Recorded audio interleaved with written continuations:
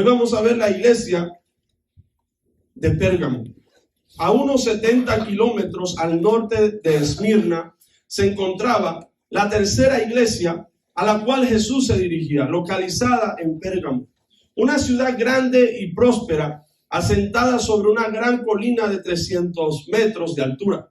Según algunos estudiosos, el nombre Pérgamo significa en griego algo así como matrimonio mixto, lo cual va muy de la mano con la situación espiritual que esta iglesia estaba atravesando y lo que simbolizaba. Como veremos al final del capítulo, Pérgamo fue famosa por su gigantesca biblioteca que contaba con 200,000 pergaminos y que según algunos podría competir con la biblioteca de Alejandría, la sede de la sabiduría griega en su momento. Por lo tanto, este era un centro de sabiduría y conocimiento para el mundo entero. Sin embargo, lo que más llamaba la atención de los paganos hacia Pérgamo, hacia esta iglesia, no era su biblioteca, sino los monumentos religiosos dedicados a los dioses del Imperio Romano. Se dice que había un templo dedicado a Zeus, otro al dios de la medicina, y como si fuera poco, también se había construido allí el primer templo al emperador romano, donde se obligaba a los ciudadanos a ofrecer incienso a su estatua. De este modo, Pérgamo se convirtió poco a poco en la ciudad más idólatra de toda Asia Menor.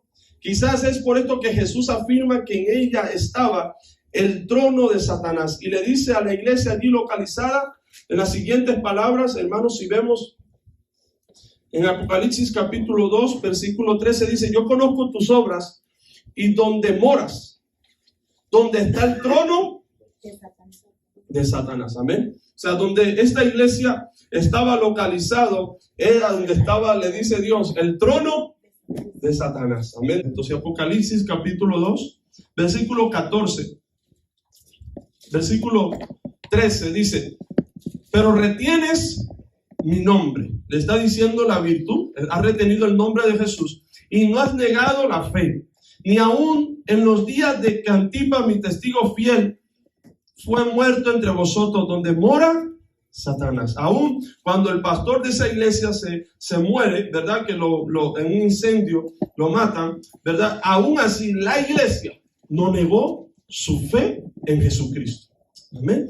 Donde mora, dice, Antipas, mi testigo fiel, muerto entre vosotros, donde mora Satanás. Amén. Está fuerte, amén. Donde mora Satanás. En esta ciudad, hermano, moraba Satanás. Tengo unas pocas cosas contra ti, que tienes ahí a los que retienen la doctrina de Balaam, que enseñaba a Balac a poner tropiezo ante los hijos de Israel, a comer de las cosas sacrificadas a los ídolos y a cometer fornicación. Amén. Aquí vemos algunas cosas que el Señor le dice que tiene en contra de ellos. Amén. La doctrina, dice, de Balaam, que enseñaban a Balaam a poner tropiezo ante los hijos de Israel, a cometer cosas, ¿qué cosas? Sacrificadas a ídolos. Imagínense, era una iglesia que estaba localizada, donde había una persona dentro de la iglesia que enseñaba a comer cosas sacrificadas, adorar estatuas, adorar imágenes, imagínense. Y enseñaba a comer sacrificadas a los ídolos y a cometer, ¿qué? Fornicación, imagínense. ¿Qué es fornicación? Cuando alguien antes de de casarse, ¿verdad?, cae en una relación sexual. Eso es fornicación. Y vemos, amados hermanos, que había esta doctrina de Balaam. ¿Amén? Doctrina de Balaam. Amén. Por eso nosotros, la iglesia, tiene que tener mucho cuidado. ¿Qué se enseña desde el púlpito? ¿Qué se enseña? ¿Qué se predica? Porque de eso va a depender, hermano, su vida espiritual. Amén. Y mire lo que el Señor le dice. Por eso es importante lo que se enseña, por eso es importante que usted estudie la palabra, por eso es importante, hermano, que usted se capacite en la palabra, para que usted pueda tener discernimiento de lo que se enseña desde el altar y usted pueda captar cuando la doctrina está correcta, es verdadera, y cuando la doctrina es falsa. Amén. Amén. Por eso, como nosotros como cristianos siempre tenemos, hermano, que estar estudiando la palabra para no ser engañados. Amén. Porque vendrán hombres, dice la Biblia, amadores de sí mismos, hermano, que van a usar la palabra para transversarla a su manera, a su conveniencia. Amén. Entonces tenemos que tener cuidado en la iglesia. algo también que el Señor les dice a ellos. Dice, y también tienes a los que retienen la doctrina de los nicolaitas, que yo también aborrezco. Imagínense, hermano. Como aprendimos, los nicolaitas eran un grupo sectario infiltrado dentro de la iglesia que abogaba, mire bien, por un relajamiento doctrinal, no solo en cuanto a lo dogmático, sino también en lo relacionado a la vida sexual. Además, en esta iglesia había otro grupo que retenía la doctrina de Balaam, los cuales enseñaban que no era malo sacrificar a los ídolos, comer de dichos alimentos, ni concederse ciertas libertades sexuales. Por lo tanto, el Señor lo compara con el adivino Balaam, que provocó la fornicación de los israelitas a través del consejo malintencionado que le dio al rey Balac. Amén. Entonces, es muy importante, hermanos, que entendamos lo que el Señor tenía en contra de esta iglesia. Lo que se predicaba, la doctrina que tenía, no era una doctrina bíblica, no era una doctrina sana del Señor. ¿Y qué el Señor le dice? La doctrina de Balaam. Amén. Retienes esa doctrina, tienes esa doctrina, y también la doctrina de los nicolaitas. Por eso, les repito nuevamente, es muy importante como iglesia, hermano, que yo siempre se lo digo a todos los hermanos, porque me gusta ser sincero y transparente. Antes de usted empezarse a congregar en una iglesia, conozca la doctrina que se enseña, conozca la palabra, conozca, hermano, lo que se habla, para que usted sepa en dónde se está metiendo y qué va a alimentar su vida, su familia, sus hijos el día de mañana.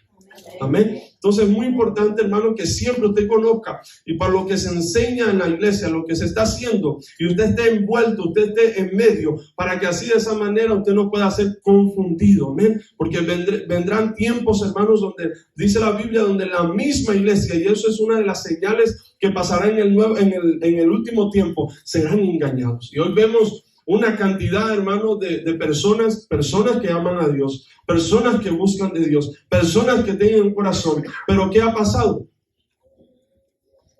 Han sido engañados por falsas doctrinas, por falsa enseñanza. Amén. Y nosotros, la iglesia, tenemos que cada día, hermano, procurar permanecer en la verdad. Procurar permanecer en la doctrina de Cristo Jesús. Amén. Que nada, hermano, ni nadie, aun cuando los tiempos cambian, los tiempos han cambiado, hermano, podamos permanecer en la palabra del Señor, podamos seguir hablando contra el pecado, podamos seguir predicando, hermano, en el arrebatamiento, podamos seguir hablando lo que el Señor dice en la Biblia. Amén. Amén. No cambiándole ni quitándole, sino hablando lo que el Señor. Un aplauso al Señor. Amén.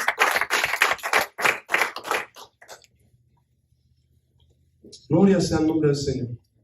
No obstante, a diferencia de Éfeso, que había reprendido a tales grupos sectarios, la iglesia de Pérgamo fue concediente con ellos.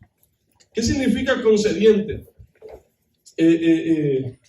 Fue copartícipe de esas doctrinas. Amén. Por eso nosotros, hermanos, no es que rechazamos a nadie nunca. Nosotros no es que no queremos, hermano, a las personas que tienen sus propias sectas, no. Nosotros los amamos porque el Señor nos dice que los amemos, pero no compartimos la falsa doctrina. Amén. Amén. No es que estamos en contra del hombre de Dios, en contra de un pastor. No, estamos en contra de la falsa doctrina. Por eso yo siempre digo, no ataque a un hombre, no ataque a una persona, ataque la falsa doctrina. Amén. Porque nosotros tenemos que tener discernimiento. La iglesia tiene que tener discernimiento para discernir lo falso y lo verdadero, porque lo falso de lo verdadero se parece. Hay personas que tienen una facilidad para echar una mentira o para hacer algo malo, hermano, y otros no les fluye porque lo falso no está en ellos. El ser falso no está en ellos, sino el ser verdadero. Y nosotros, la iglesia, tenemos que mantenernos cada día en ser personas auténticas, ser personas verdaderas, ser personas leales, ser personas fieles a Dios en todo tiempo, en todo momento. Amén. Lo cual hace que Jesús los reprende, hermano, por tener a tales personas dentro de su congregación. Los reprende porque estaban reteniendo la doctrina falsa. ¿Ven? Entonces, evidentemente, la iglesia es un lugar para enfermos espirituales y no le deben cerrar la puerta a una persona que, aunque esté equivocada, vengan con sinceridad para conocer sobre la verdad de la palabra. Pero se nos da la orden de que no compartamos con ningún hereje. Alguien que no comparte la doctrina, hermano, que nosotros compartimos, nosotros no podemos ser copartícipes de esa doctrina. Dice, vengan con sinceridad para conocer sobre la verdad de la palabra, pero se nos da la orden de que no compartamos con ningún hereje que persistiendo en su maldad quiera seducir a los hermanos. Amén. Primera de Corintios capítulo 5. Versículo 11, este versículo está bien fuerte y yo sé que, hermanos, nos sacude por dentro. Y ahí vienen muchos pensamientos, abre mucho portal a muchos pensamientos, amén. Pero es una palabra que está basada en lo que estamos predicando y enseñando. Dice, más bien, Primera de Corintios capítulo 5, versículo 11, dice, más bien os escribí que no os juntéis con ninguno que llamándose hermano fuere fornicario o avaro, o idólatra, o maldiciente, o borracho, o ladrón. Con el tal ni aún comáis.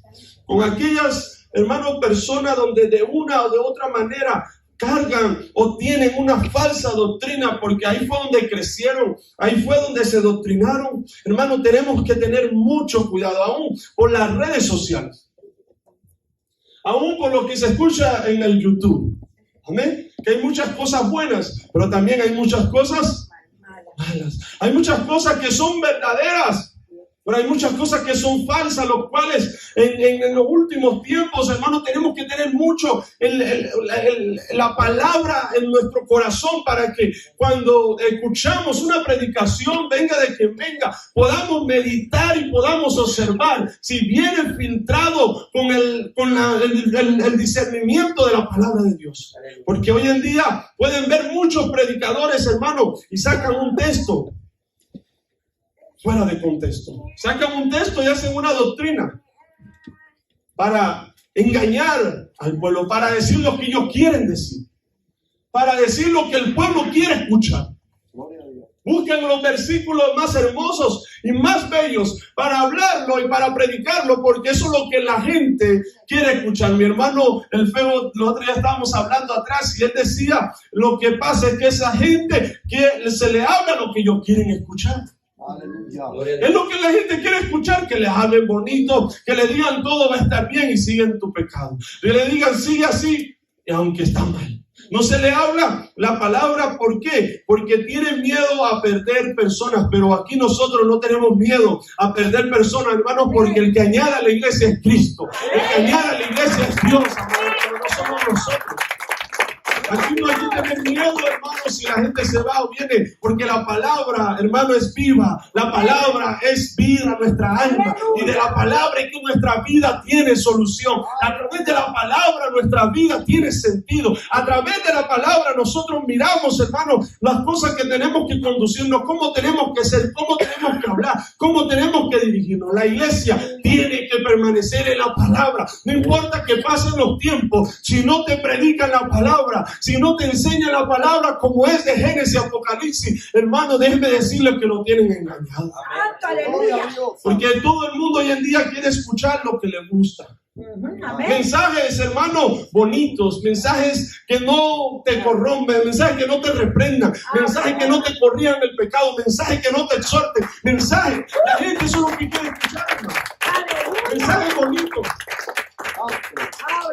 Mensaje bonito, lleno de mucha miel. Sí, la palabra es como una miel, pero también como un martillo que parte el alma. Y cuando la palabra llega, parte el alma en dos y la hace diferente. Tu vida es diferente, y cuando la palabra de Dios está en tu vida, en mi vida, nuestra vida es diferente.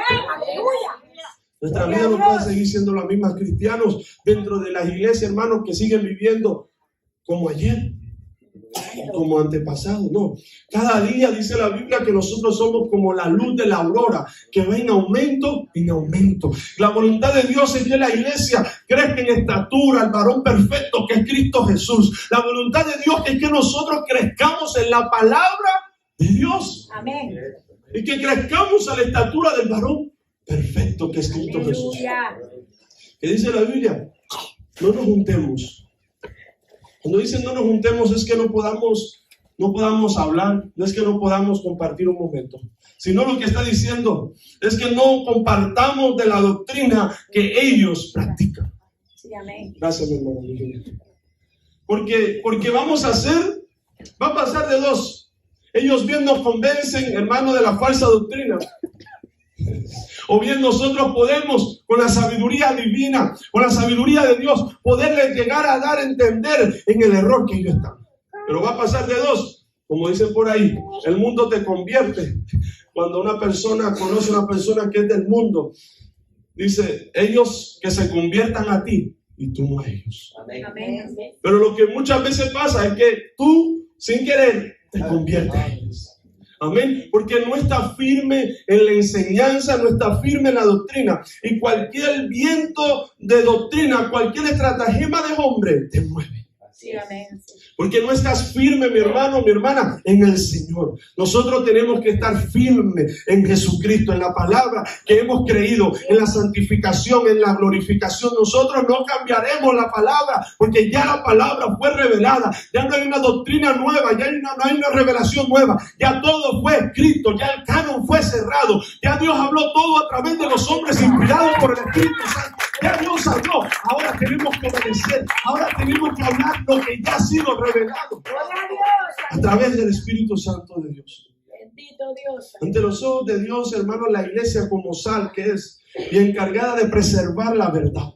Hay una responsabilidad sobre la iglesia, sobre mi persona, y es preservar la verdad. No quererlo engañar a usted con la palabra. No quererlo, hermano, llevar a un engaño a usted a través de la palabra. No, hermano. Sino nuestra compromiso es de predicar la palabra del Señor. Y no solamente predicarla, sino perseverar en la verdad. Porque puedo yo ser un mentiroso y predicarle a usted la verdad. Pero estoy camuflajando, le estoy haciendo una mentira al final. ¿Por qué? Porque así es la falsa doctrina, se viste como de verdad, pero al final, cuando usted lo mira bíblicamente, tiene una falsedad, tiene una falsa doctrina. Estaba obligada a rechazar tales falsas doctrinas. No obstante, en verdad de eso habían sido permisivos con el pecado, al igual que lo fue Elí con sus hijos. Primera de Samuel capítulo 3 versículo 13 dice: y le mostraré que yo juzgaré su casa para siempre, por la iniquidad que él sabe. Porque sus días, sus hijos, han blasfemado a Dios y él no les ha, ¿qué pasa? No les ha estorbado. Mire bien, permanecer en la verdad te va a costar. Permanecer en Cristo, en la verdad, te va a costar. ¿Por qué? Porque van a llegar momentos donde tienes que estorbar el pecado. ¿Y qué es estorbar? Cuando a ti te dicen estorba esto, es incomodar a una persona. Y muchas veces nosotros, hermanos, tenemos que hablar la palabra. No importa si a usted, hermano, le incomoda. No importa si usted se enoja. ¿Por qué? Porque la palabra nos va a estorbar el pecado. Nos va a estorbar lo malo que está en nosotros. Nos va a estorbar, nos va a incomodar. Sí, amén, aleluya. La verdadera palabra, hermano, nos va a incomodar. Primera de Samuel capítulo 2 versículo 22 dice: pero Elí era muy viejo y oía de todo que sus hijos hacían con todo Israel y cómo dormían con las mujeres que velaban a las puertas del tabernáculo de reunión. Y Elí le habla, pero no los estorbó. Una cosa es usted hablar y otra cosa es estorbar. Una cosa es que usted hable y otra cosa es que estorbe. Dice el 23, y les dijo: ¿por qué hacéis cosas semejantes? Porque yo oigo de todo este pueblo vuestros malos procederes. No, hijos míos, porque no es buena fama lo que yo oigo, pues hacéis pecar al pueblo de Jehová. Elí, hermano, les habló, pero realmente no les estorbó el pecado. Sino les hizo saber que ellos estaban haciendo algo malo y que se escuchaba mala fama de ellos, pero eso es todo.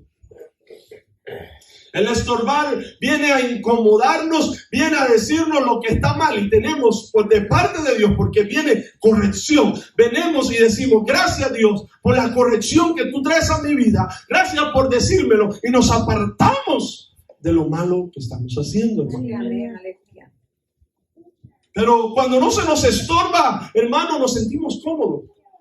Y eso es lo que pasa hoy en muchas iglesias, y discúlpenme que hablen este vocabulario, no se les estorba el pecado a la gente, mientras no les hable el pecado como es, la gente está cómoda. Pero el día que se viene y se habla una palabra fuerte de parte de Dios, que tenemos que apartarnos del pecado, que tenemos que apartarnos de hacer lo malo, que tenemos que arrepentirnos y que tenemos que volvernos a Dios, ahí no hay amén, ahí no hay aleluya. La gente no le gusta ese mensaje. ¿Por qué? Porque no le gusta que le digan la verdad. Amén. Al ser humano no le gusta que le digan la verdad. Al ser humano no le gusta que le digan la verdad, pero el que anda en verdad y la verdad está en Cristo, le va a gustar que le prediquen la verdad, aunque al momento le duela. Va a decir: gracias, Señor, porque me hablaste, gracias, Señor, porque me amas. Le va a dar gracias. Por hablar en mi vida. Ay, es que ese pastor es muy fuerte, ay, es que ese hermano es muy fuerte. No. Todo es para ayudarnos a nuestro crecimiento espiritual, y para que crezcamos tenemos que apartarnos del pecado. Si vivimos en pecado no vamos a prosperar.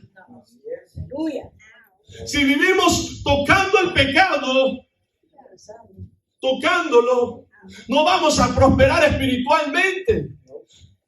Todos fallamos, todos pecamos, pero tenemos que día con día apartarnos y desechar las obras de las tinieblas y caminar en la luz. Y si somos de la luz, tenemos que caminar en verdad. No vamos a caminar en tinieblas, no vamos a caminar en oscuridad, porque no somos hijos de las tinieblas, somos hijos de la luz. Y si vivimos en luz, nuestra vida, nuestra casa, nuestra familia, nuestros hijos tienen que caminar en la verdad, tienen que caminar en luz.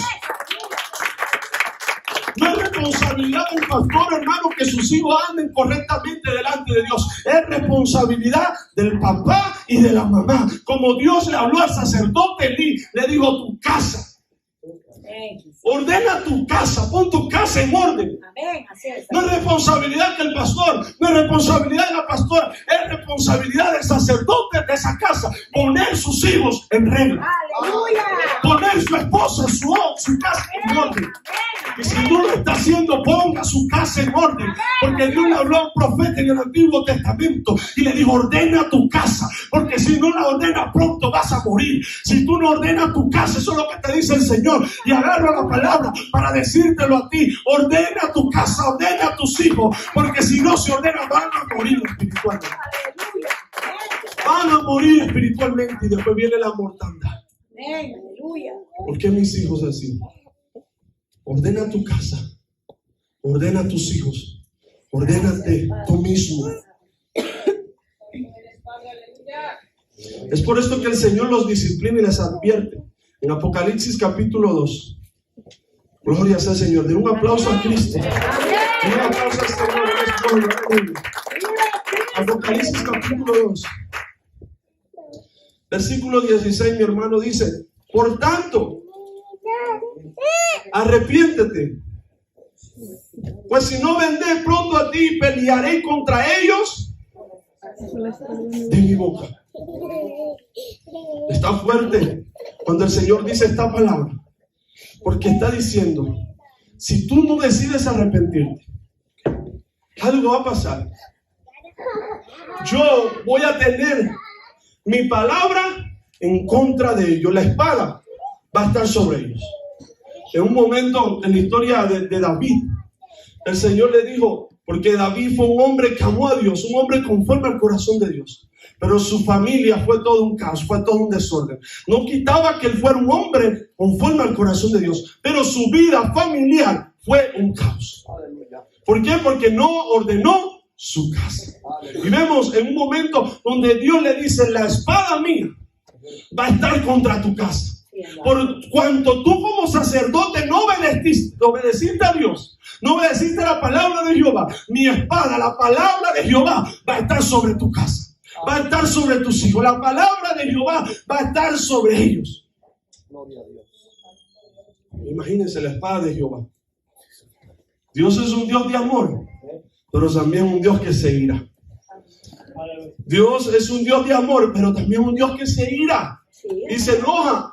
Cuando ve que nosotros se nos predica la verdad, cuando ve que nosotros se nos predica la sana doctrina y la rechazamos y la decimos, no, yo no voy a aceptarlo. No le estamos diciendo al hombre, no le estamos diciendo a una persona, le estamos diciendo a Dios lo que se me dice, lo que se me enseña. Yo no estoy de acuerdo. Yo no lo voy a vivir, yo no lo voy a practicar. Tenemos que, hermano, entender que cuando hacemos eso, la espada de Jehová va a estar contra nuestros hijos. Y qué difícil y qué feo, hermano, es que la espada de Jehová esté contra tus hijos, esté contra tu casa. Porque la vida no te va a ir bien cuando la espada de Jehová está sobre tu casa, está sobre tus hijos. Por la desobediencia. ¿Qué hizo la desobediencia de Adán? Cayeron de la gracia de Dios. Lo hizo separarse de la presencia de Dios. El pecado nos separa de la presencia de Dios. Hermano, el ser desobediente, hermano, nos separa de la presencia de Dios. Si no ponemos nuestra casa, nuestra vida, hermano, en orden, van a venir malas consecuencias en nuestras vidas. Y después, el día de mañana, vamos a decir, Dios, ¿pero por qué? Si yo te sirvo, si yo te amo, si yo te busco. Es que toleraste el pecado de tus hijos. Es que no le estorbaste porque querías tenerlo contento. ¿Cuántos en este país los hijos? Hermano, lo queremos tener contento, pero llega un momento donde se le da todo lo que ellos necesitan, pero hay que estorbarle el pecado. No estorbarlo a ellos, saber que nuestra guerra no es contra carne ni sangre, sino es contra el pecado. Y les tenemos que estorbar el pecado y decirle el pecado, el mal en que están haciendo y que tienen que arrepentirse y que tienen que apartarse. Amén. El pecado, hermano, nos separa de Dios. El practicar el pecado nos hace ser hijos del diablo. Lo dice la Biblia. El que practica el pecado, dice la Biblia en Juan, allá en las últimas epístolas, es hijo del diablo. Pero el que se aparta de él, prospera. El que se aparta, el que lo confiese, dice, Señor, reconozco que te he fallado. Y se aparta, va a recibir bendición de Dios, va a ser recompensado por Dios. Yo le aseguro que usted, hermano, ponga su casa en orden, su vida va a ser bendecida. No solamente su vida, sus hijos van a ser bendecidos, su esposa va a ser bendecida, toda su generación van a ser bendecidos. No importa si usted lo ve a ellos practicando el pecado, mientras usted lo tenga a su alcance, estórbale el pecado y dile lo que está mal y dile que necesitan arrepentirse. Y usted le dice, mi compromiso es con el Señor, de que el día de mañana no te apartes de Dios, de que el día de mañana no diga que aquí se te consintió tu pecado. Como hijos de Dios, hermano, tenemos que arrepentirnos todos los días. Arrepentir es cambiar de mente, cambiar de mentalidad. Un verdadero cristiano cada día está en un proceso de santificación, arrepintiéndose de las obras de las tinieblas, arrepintiéndose de la vida vieja. Pero hay gente que está sufriendo la vida vieja cuando dice la vida de la Biblia que nosotros somos nueva criatura en Cristo. Pero ¿por qué andas en depresión? Ay, porque mi vida vieja. Ay, porque mi vida vieja. Usted no se ha dejado su vida vieja todavía. Usted todavía está casado con la vida vieja. Usted todavía está casado con las cosas de antes. Usted tiene que arrepentirse y volver a Cristo y decirle, Cristo, mi vida vieja ya no sirve. Ahora sirve tú. Ahora sirve tu palabra. Ahora sirve tu presencia. Gente que están, hermano, en depresión, en ansiedad y un montón de cosas, porque están todavía enlazados con la vida vieja. La advertencia del Señor se refiere a una visita de corrección y juicio sobre la iglesia, pero menciona también un juicio que declaró contra aquellos paganos a través de la espada de su boca, de la misma manera que lo hizo con Ananías y Zafira. Vamos a ir a Hechos capítulo 5. Pero cierto hombre, dice, llamado Ananías, con Zafira su mujer, vendió su heredad y sustrajo del precio, sabiéndolo también su mujer, y trayendo solo una parte, la puso a los pies de los apóstoles y dijo Pedro, Ananías, ¿por qué llenó Satanás tu corazón para que mintieses al Espíritu Santo y sustrajases el precio de la heredad reteniéndola, no se te quedaba a ti y vendida, no estaba en tu poder. ¿Por qué pusiste esto en tu corazón? No has mentido a los hombres, sino a Dios. Al oír a Ananías esta palabra cayó y expiró, y vino un gran temor sobre todos los que lo oyeron. Y levantándose los jóvenes lo envolvieron y sacándolo lo sepultaron. Pasado un lapso como de 3 horas, sucedió que entró su mujer no sabiendo lo que había acontecido. Entonces Pedro le dijo: dime, ¿vendiste en tanto la heredad? Y ella dijo: sí, en tanto. Y Pedro le dijo: ¿por qué conviniste en tentar al Espíritu Santo, al Espíritu del Señor? He aquí a la puerta a los pies de los que han sepultado a tu marido y te sacarán a ti. Al instante ella cayó a los pies de él y expiró. Y cuando entraron los jóvenes la hallaron muerta y la sacaron y la sepultaron junto a su marido. Y vino un gran temor sobre toda la iglesia y sobre todos los que oyeron estas cosas. Aquí vemos, hermano, Ananías y Zafira vendieron una heredad, y esa heredad la llevaban a los pies de los apóstoles para que los apóstoles tomaran decisión en qué hacer. Pero vemos que si ellos lo vendieron, pongámoslos en 50,000, dieron a los apóstoles 40,000. Sustrajeron, hermano, el precio de la heredad. ¿Y qué pasó? ¿Qué le dice Pedro? No has mentido a los hombres, sino que has mentido al Espíritu Santo.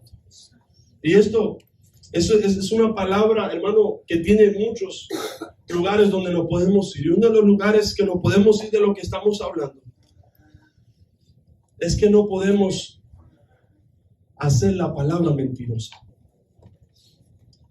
Muchas veces hacemos la palabra mentirosa porque no la obedecemos. No queremos ser obedientes a ella. Y porque no somos obedientes a ella, no recibimos las bendiciones de Dios. Y queremos hacer la palabra mentirosa. Si la Biblia nos dice, hermano, que el que confiesa su pecado y se aparta de él prosperará, y nosotros no confesamos nuestro pecado y no nos apartamos, no vamos a prosperar espiritualmente. Pero queremos hacer la Biblia, mi hermano, mentirosa. Si Dios me está diciendo hoy, ordena tu casa, ordena tu familia, ordena tus hijos. No, pero yo no lo voy a organizar, pero voy a recibir las bendiciones de Dios. Estamos diciendo, le estamos sustrajando a la verdad. Y queremos hacerlo a Dios mentiroso. Pero Señor, yo te sirvo. Señor, yo te busco. Señor, yo doy lo que tenga que dar, pero no estamos teniendo lo que el Señor nos está pidiendo, que nos arrepintamos. Hoy en día el Señor nos está pidiendo un arrepentimiento, hermano.